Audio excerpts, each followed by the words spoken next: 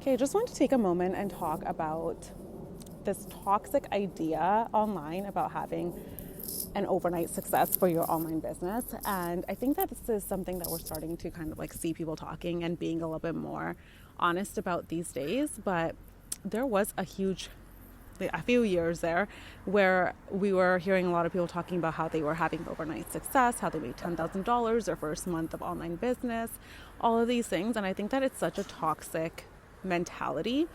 I think that there's some people definitely maybe it happened for, maybe, you know, whatever the case, but you don't really know where people were starting from. Maybe they already had a successful business and then they switched over. You really, really don't know. And the reality is, it's not fair for the people that are starting from scratch and they are starting their business from, just from scratch, and they don't have an audience. And then they're just mentally comparing themselves to these people who are having like quote unquote overnight success. And I just want to talk a little bit about that and in relation to blogging and Pinterest, because I teach blogging and Pinterest. It's a way that I've gotten clients, and I love it because I create content and then years later people are still finding me from it and book my services. And I always share this is a really great way to market your business online, especially if you're an introvert, you're wanting to preserve your energy and actually use it on services versus, showing up every single day on social media.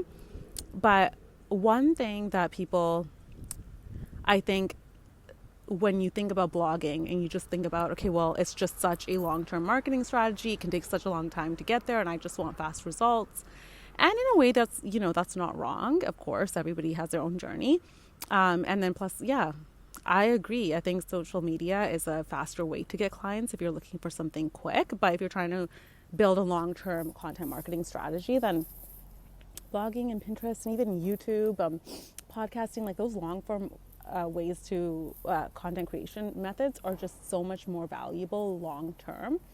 And I just want to share an analogy I was thinking about on my walk. So with blogging and Pinterest and all of these things, people always think, okay, well, it takes so much time and, you're putting in all of this time, you're not seeing those results right away. But can we just for a minute, like, think back to traditional businesses and how like businesses were marketed before social media, before online businesses, all of this stuff. I was thinking about when I worked at a hair salon, and I used to work Monday to Saturday. The salon was open Monday to Saturday. We were closed for one day. And when I was starting out, all of the established stylists would be working, Tuesday to Saturday. And so basically taking the Monday off. And then me as a new stylist, I was working on Mondays because I wanted to grow my clientele. And plus the salon wanted somebody to be there that could take clients in case there was a walk-in, in case somebody called in and wanted to book a last minute appointment. And so this was serving them by helping them, not turn clients away. And then it was helping me as a stylist to slowly grow my clientele. But the thing is that because it was a Monday, it's not really a busy day in the salon, and there would be Mondays where like nobody would walk in. I wouldn't do any clients, but I was still getting paid to be there. We were still paying the bills to have the salon open. Like that was like a marketing strategy for them where it was worth investing that time and money into it so that you are building a long-term strategy where those clients that are walking in last minute, booking last minute, turn into long-term paying clients. And they come in over and over and over. And the possibility of staying open so that you do get those clients and you don't want to turn anyone away.